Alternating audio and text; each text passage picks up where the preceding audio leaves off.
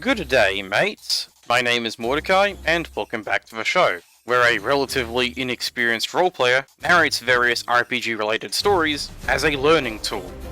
Sometimes, when a dungeon master begins to run a campaign in a setting, it is possible to have ambitions of running an epic campaign with a lot of players. However, there is a fine balance as to how many players a particular dungeon master can successfully accommodate at the table. Critical Role is often cited as a showcase for what an ideal 8-player table looks like. However, we need to consider that Matthew Mercer, the DM for Critical Role most of the time, is an experienced dungeon master for these sorts of large tables, that the players all get along both in and out of the game, with one exception that shall not be named here, at least not in this episode. And remember that not everyone is capable of running a large table successfully. So naturally, there are dungeon masters out there intent on proving that they can handle these kinds of large tables, some of them going to ridiculous lengths to do so.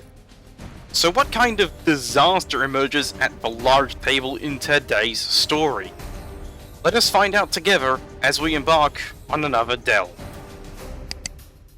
Before we get started with the narration, if you like my content and want to see more of it, be sure to subscribe and like the video. It's free, and you can always change your mind later.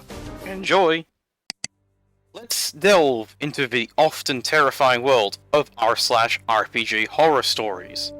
Today's story is titled Control Freak DM Overlord with a God Complex Bans Me from D&D Night, and is written by Throwaway Exiled.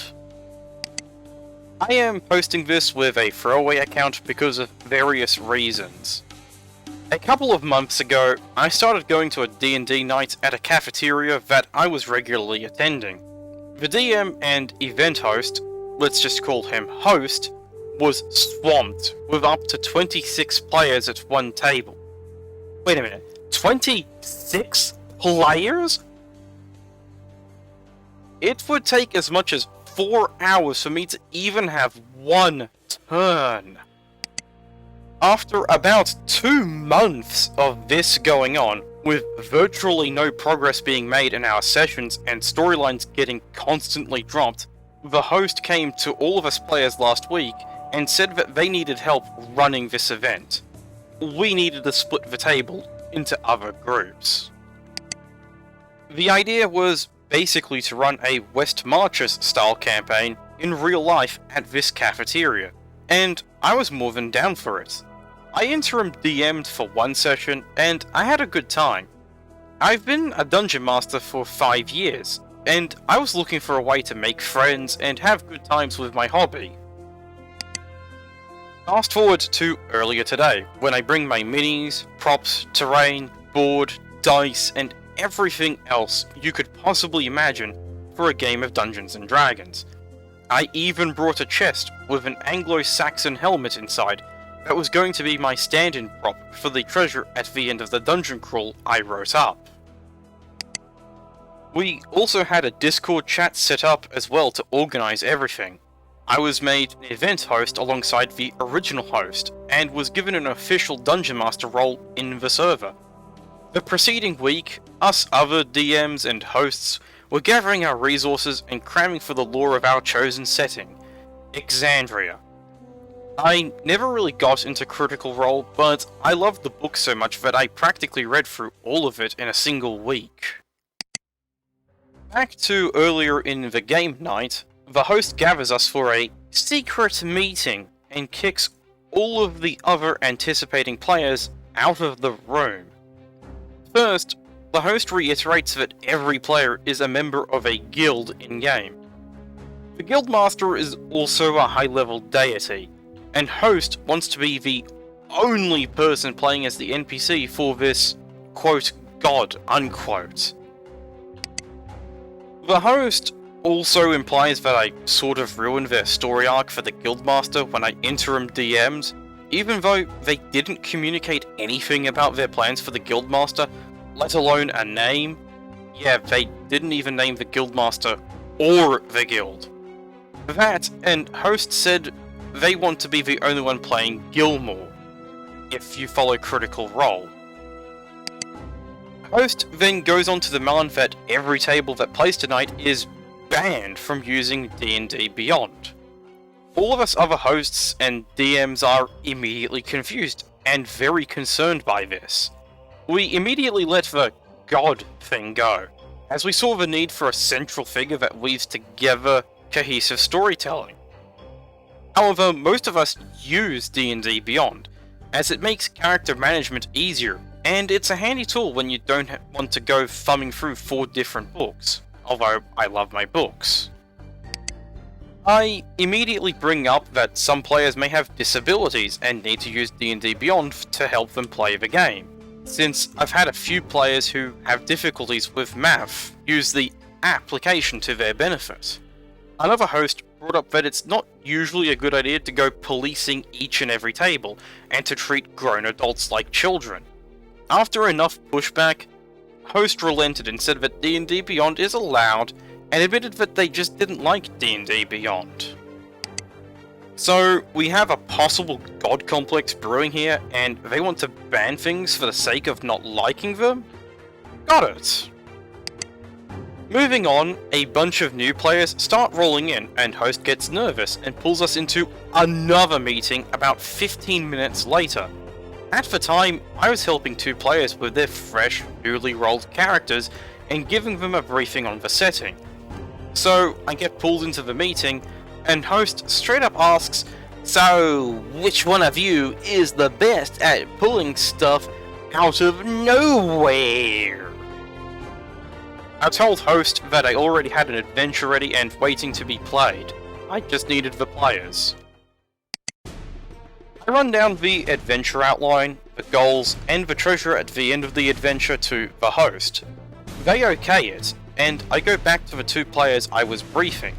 We had one small round table to us, and that wasn't enough to put all of our stuff on. So I took 2 smaller tables that were available to me as a DM, put them together, and started talking with these 2 players about what they wanted to do with their characters. You, the host, having a complete meltdown. Host started calling me from across the room, apparently for another private meeting. I was busy with trying to get with my players, and then the host confronted me and accused me of trying to start a completely separate campaign. I explained several times in the ensuing confrontation that, in fact, I wasn't. I was doing what I had volunteered to do, what I was cleared to do over and over on Discord, and what the host asked me to do.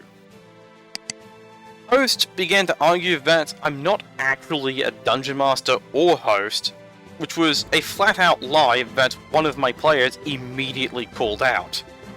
Then the host started raising their voice at my players, demanding them to leave. Host even said he was going to call the police if we didn't leave. I asked host to get the owner of the venue.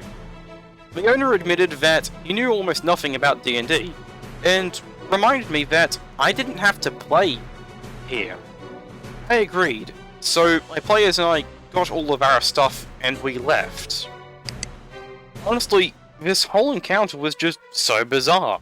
I still don't know what I did wrong. Maybe the host was super insecure and saw me as some sort of threat? I'm not sure. Either way, I have an adventure I can use, and I have a new character outline for a villain that my players will mercilessly bludgeon. And that's the end of the story. Ambition is something I consider to be an insidious humbler of people, alongside overconfidence in one's own capabilities. Since Critical Role is an important inspiration for the host, there are some elements to the state of play at Matthew Mercer's table that I have noticed whilst watching that may be helpful for the host to consider. Everyone has a sense of genuine camaraderie at Matthew Mercer's table, with each player valuing the interactions both in-game and out-of-game, with even Matthew Mercer himself being a player at the table. It is clear from the outset for Critical Role that table cohesion is important, and most importantly, that the Dungeon Master knows how many players are too many to facilitate effectively.